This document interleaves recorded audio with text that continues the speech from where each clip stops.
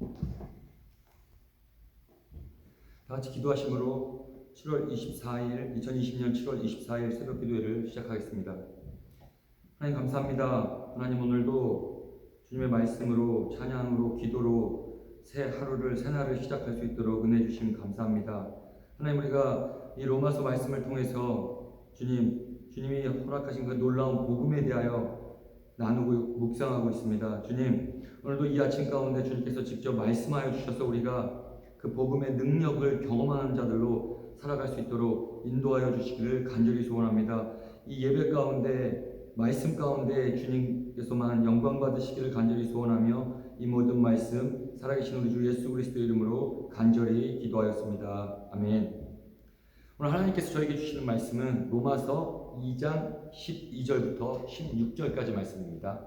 로마서 2장 12절부터 16절까지 말씀입니다. 잠깐 묵상하시도록 하겠습니다.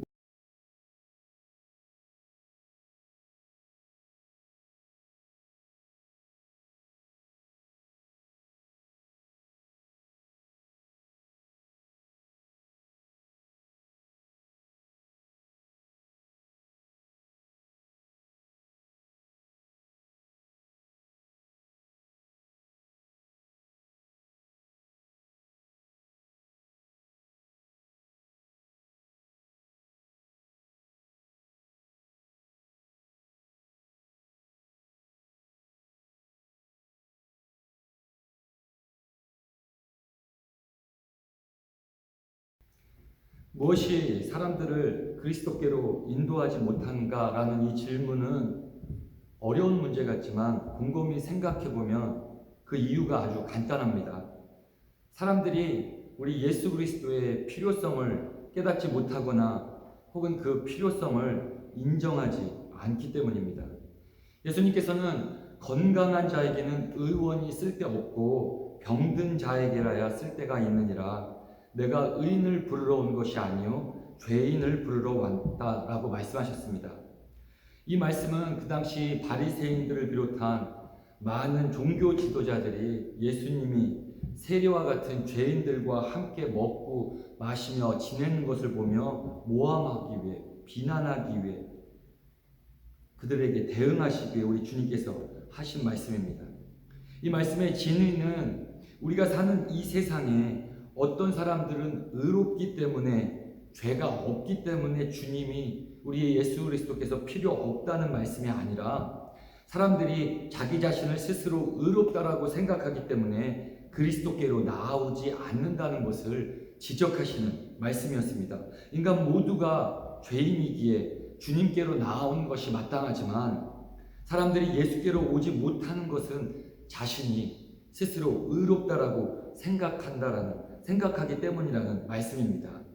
만약 우리 중 누군가 몸이 아프다고 해도 자신이 스스로 나는 이 병을 이겨낼 수 있어, 극복할 수 있어, 나을 수 있어 라고 생각하는 사람은 의사에게, 병원에 가지 않습니다. 자신의 의지로 극복하려 노력한다는 겁니다. 하지만 스스로 자신의 병은 나을 수 없다고 생각할 때 우리는 병원에 가서 의사에게 진료를 받습니다. 예수님을 믿는 문제도 마찬가지입니다.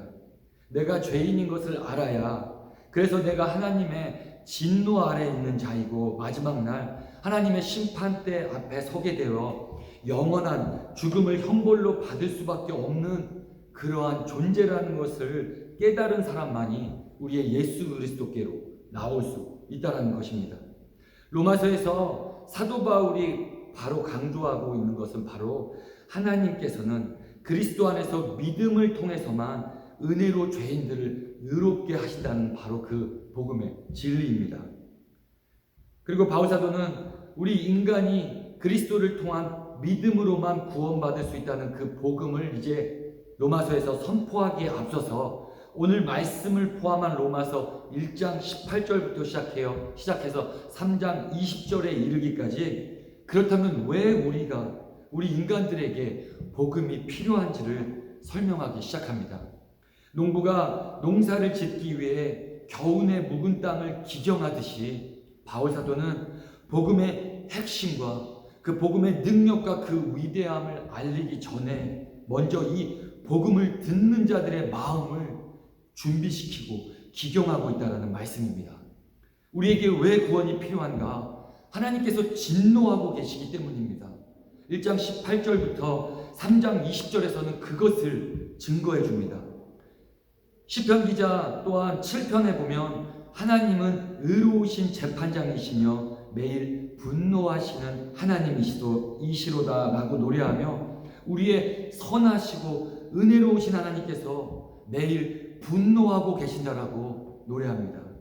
그 원인은 바로 하나님의 형상으로 지음받은 우리 인간들이 모두 타락했기 때문이고 죄에 묶여있는 상황이기 때문이라는 말씀입니다. 그래서 우리는 복음을 통한 구원이 반드시, 믿음을 통한 구원이 반드시 필요하다라고 이야기를 하고 있습니다. 인간이라는 이름으로 이 땅을 살아가는 세상 사람 그 누구도 하나님의 진노를 피할 수 없다는 사실을 이제 바울사도는 계속 논리적으로 설명하기 시작합니다.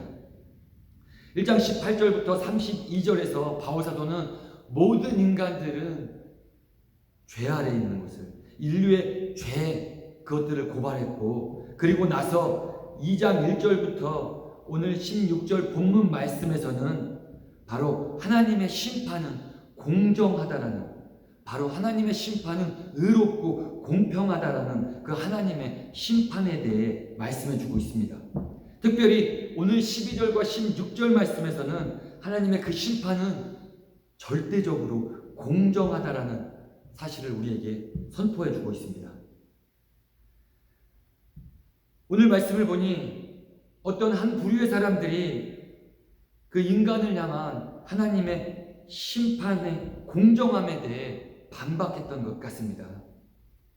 누군가 하나님의 심판에 있어 가장 중요한 기준인 그 척도인 율법을 받은 적 없는 그러한 사람들이, 이방인들이 바로 하나님께서는 우리에게 율법을 주신 적도 없고 또한 가르치신 적도 없으시면서 어떻게 하나님의 기준에 따라 이방인들을 심판하실 수 있냐라고 불만을 제기한다는 겁니다.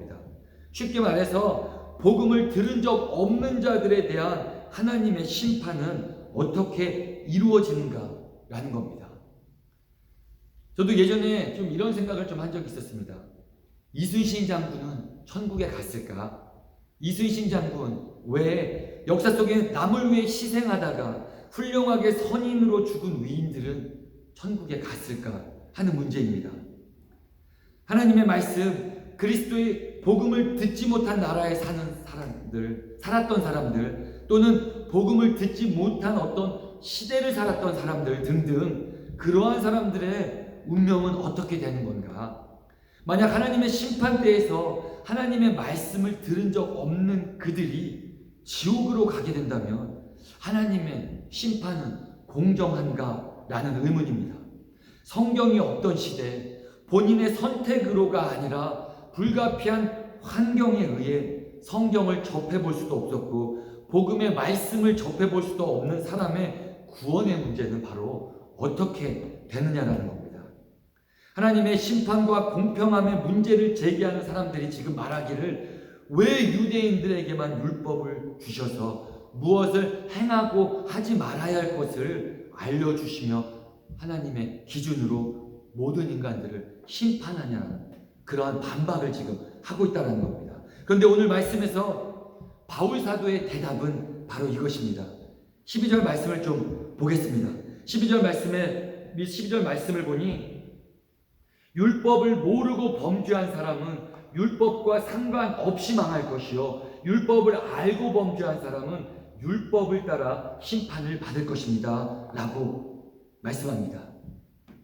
그러니까 율법을 받은 사람은 율법이 기준이 되고, 율법이 없는 사람은 율법이 없는 어떤 상황 가운데서 심판을 받을 거라는 말씀입니다. 유대인의 경우 우리가 잘 아시는 것처럼 그들은 율법을 잘 알고 있었습니다. 이들은 회당에서 날마다 율법을 듣고 가정에서 행해지는 그 쉐마 교육으로 인해 철저하게 율법적인 교육으로 그리고 율법적인 삶을 살았던 사람이었습니다. 그리고 그 율법은 분명 유대인만의 특권이었던 것이 분명합니다. 그래서인지 이 당시 유대인들 아브라함의 후손으로 율법을 받은 선민으로 자신들은 하나님의 심판에서 제외된다고 잘못 믿고 있었습니다. 오늘 말씀을 보니 바울사도는 그 율법을 받았기 때문에 율법이 이제 그들의 심판하는 근거가 될 것이라는 말씀을 하고 있습니다. 어떻게 보면 유대인들은 이방인보다 율법에 의해서 더 엄격한 심판을 받게 될 것이라고 말씀하는 겁니다. 이스라엘 백성이 율법을 받았다는 이유로 하나님의 심판에서 제외될 것 아니고 율법이 있다고 해서 천국에 가는 것이 더 쉬운 일이 아니다라는 말씀입니다. 그러면서 왜 더 쉬운 일이 아니고 그것이 왜 유대인들에게 특권이 될 수 없는지를 13절에서 설명합니다. 13절을 보니 하나님 앞에서는 율법을 듣는 사람이 의로운 사람이 아닙니다. 오직 율법을 실천하는 사람이라야 의롭게 될 것이기 때문입니다. 여기서 바울사도는 하나님의 율법은 그 율법을 듣기만 하는 사람을 지켜주지 않는다고 말씀합니다.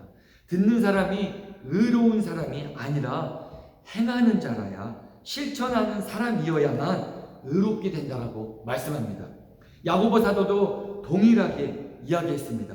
너희는 말씀을 행하는 자가 되고 듣기만 해서 속이는 자가 되지 마라.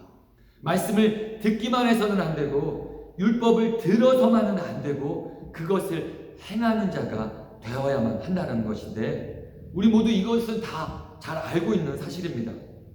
하지만 문제는 우리가 율법을 얼마나 잘 지키고 행해야 의로운 사람이 될 수 있냐라는 겁니다. 율법에 따라 심판받는다라는 의미는 율법에 나온 모든 명령을 다 지켜야만 그 율법으로의 심판에서 무죄로 통과할 수 있음을 의미합니다. 우리 하나님은 죄가 없으신 분이시기 때문에 우리의 정말 조그만 죄 하나라도 용서하실 수 없는 분입니다. 아담과 하와가 에덴 동산에서 쫓겨난 이유는 허다한 죄를 저질렀기 때문이 아니라 단 한 번의 명령을 불순종했기 때문에 저주를 받고 쫓겨났습니다. 우리 하나님은 죄와 가까이 하실 수도 그 죄를 간과하실 수도 없는 분이기에 인간이 하나님의 심판을 피하기 위해서는 율법에 대한 완전한 순종이 예수 그리스도께서 하셨던 것 같은 순종이 율법에 대한 순종이 필요하다라는 사실입니다. 하지만 우리 중 그 누구도 우리의 인류의 역사상 그 누구도 예수 그리스도를 제외하고는 그러한 삶을 살았던 사람이 없었습니다. 그리고 앞으로도 없을 거라고 확신합니다. 그래서 이 13절 말씀의 포인트는 율법을 더 열심히 행하면 하나님의 심판을 피할 수 있다는 것을 말씀하는 것이 아니고 그와 반대로 율법으로는 인간이 도대체 구원받을 수 있는 길이 없다는 것을 강조하기 위해 말씀하고 있다는 겁니다. 누군가 이스라엘 백성들에게만 율법을 주신 하나님이 공평하지 않다. 그들에게 무엇을 행할 것과 하지 말아야 할 것 그들에게만 말씀하셨고 우리 이방인들에게 그러한 율법을 주시지 않았다. 하나님은 공평하시지 않다라고 말하는 이의제기하는 그러한 자들에게 바울 사도가 아니다. 너희들은 율법을 오해하고 있다. 율법의 기능을 오해하고 있다. 율법을 받은 자는 물론 죄를 아는데 도움이 되지만 그런데 그 율법을 지킴으로는 여전히 하나님의 그 의로운 심판을 피할 수 없다는 말씀입니다. 갈라디아서에서 바울 사도가 율법의 행위로는 그의 앞에 의롭다 하심을 얻을 육체가 없나니 율법으로는 죄를 깨달음이니라. 바로 율법의 그 목적을 정확히 말씀해 주고 있습니다.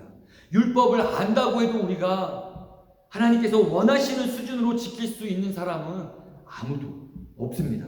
그렇다면 왜 율법을 주셨는가? 금방 말씀드린 것처럼 율법을 지킴으로 인해서 우리의 죄성과 연약함을 깨닫게 하시기 위해 주셨다는 겁니다.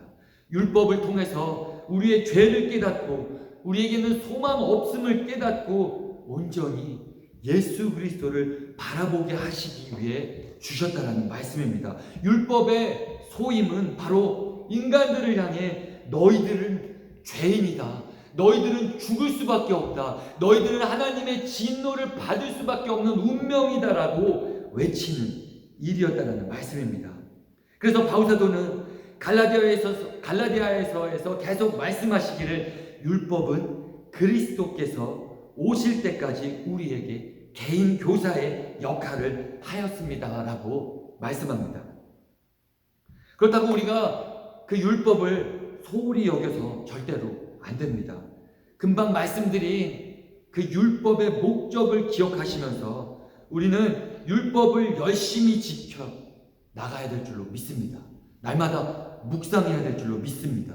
율법을 지켜서 우리의 의로움을 드러내기 위해서가 아니라, 우리가 의롭다고 느끼기 위해서가 아니라 바로 그 율법을 지킴으로 우리의 연약함, 우리의 죄성을 발견해 나가고 그리스도를 통한 믿음만이 우리를 죄에서 구원할 수 있게 하신다라는 것을 날마다 묵상하고 깨닫고 십자가의 보혈만을 의지해야 된다라는 말씀입니다.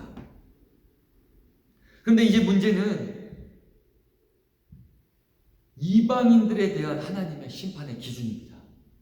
이들에게 율법이 없었습니다. 이들의 입장에서 납득할 만한, 이들 스스로 납득할 만한 판단 기준이 없어 보이는 것이 유대인들과 비교할 때 이들에게는 판단 기준이, 하나님께서 무엇으로 자신들을 판단할 것인가 라는 의문이 생기는 것이 사실이었을 것 같습니다. 유대인들을 향한 하나님의 심판의 기준 알겠다. 하지만 우리는 율법이 없다. 도대체 무엇으로 심판하실 건가? 하나님의 심판은 공의롭고 공정하다라고 하는데 도대체 어떤 면에서 그렇다는 거냐? 라는 반박에 바울은 이제 14절, 15절에 이렇게 답해 줍니다. 율법을 가지지 않은 이방 사람이 사람의 본성을 따라 율법이 명하는 바를 행하면 그들은 율법을 가지고 있지 않아도 자기 자신이 자기에게 율법입니다. 그런 사람은 율법이 요구하는 일이 자기의 마음에 적혀 있음을 드러내 보입니다. 그들의 양심도 이 사실을 증언합니다. 이 말씀은 율법이 없는 이방인들에게는 자신의 마음에 새겨진 바로 양심이라는 기능을 통해서 무엇이 옳고 그른 행동인지를 인식할 수 있고 자신이 분별한 선을 행동으로 옮길 수 있다라는 말씀입니다.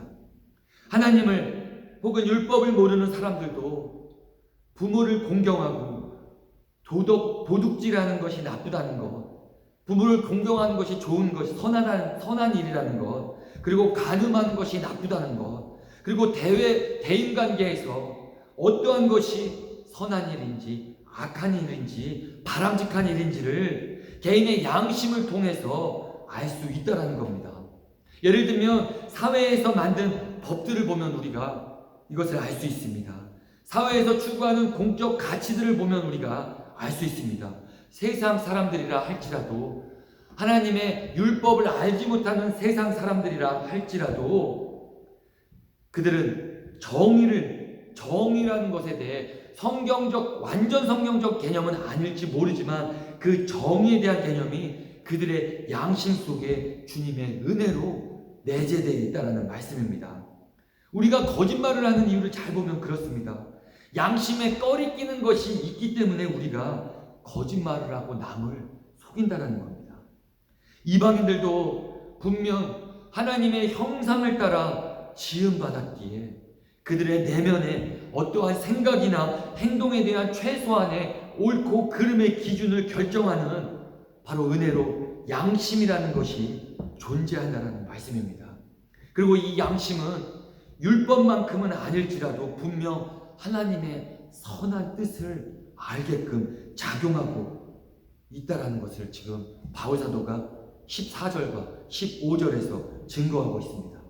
믿지 않는 사람들 분명히 세상을 살며 보니까 불신자들도 분명히 자기 자신 양심에 따라 행동하는 것을 보게 됩니다. 그래서 우리는 믿지 않는 사람들이지만 크리스찬들보다 더 선한 양심으로 인생을 살아가는 사람들을 본다는 겁니다. 그럼에도 불구하고 그들 역시 유대인들이 율법을 알고도 다 지키지 못했던 것처럼 이방인들도 자신들의 양심에 따라서 완전하게 행동할 수 있는 사람은 없다라는 겁니다.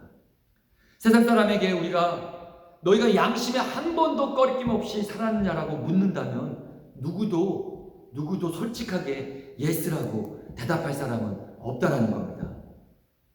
예전에 한 목사님께서 우리의 삶의 하루나 혹은 반나절, 아니 몇 시간 동안 우리가 했던 행동들과 모든 생각들을 녹화해서 비디오로 찍을 수 있다고 가정한다면, 비디오로 찍어서 우리 성도들, 모든 자신들이 아는 사람들이 그것을 같이 시청하게 된다면, 보게 된다면 모두가 창피해서 그 자리를 박차고 나가지 않겠냐라고 말씀한 것을 들었습니다.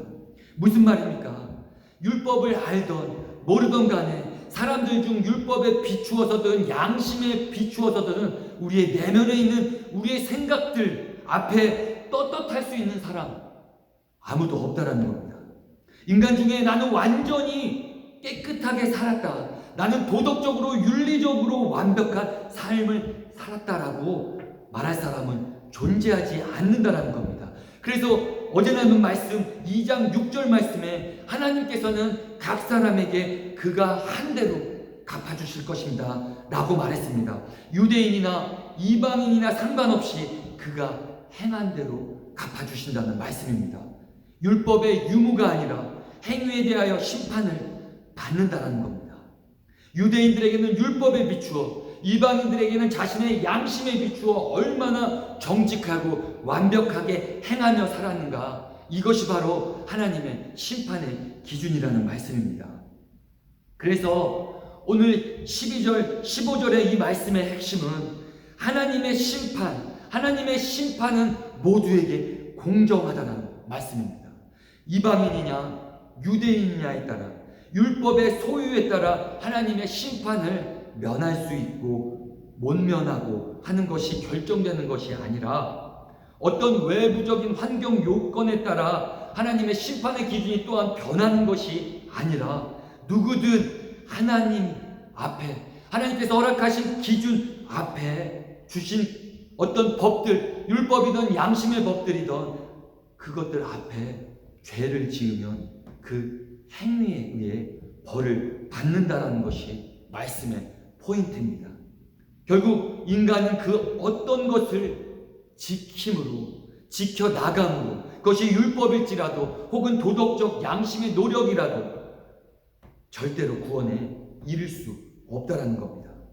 우리 인간들은 창조 때부터 하나님에 대해 알게 된 모든 것을 무시하고 억눌러왔고, 양심으로부터 선에 대해 알게 된 것들 또한, 하나님을 믿지 않는 자들 또한 그것들을 무시하고 하고 싶은 대로 행하며 살아왔다는 것을 바울사도는 지금 증거하고 있습니다.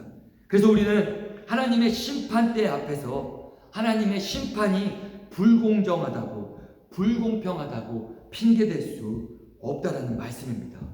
그래서 마지막으로 16절에서 바울사도가 그래서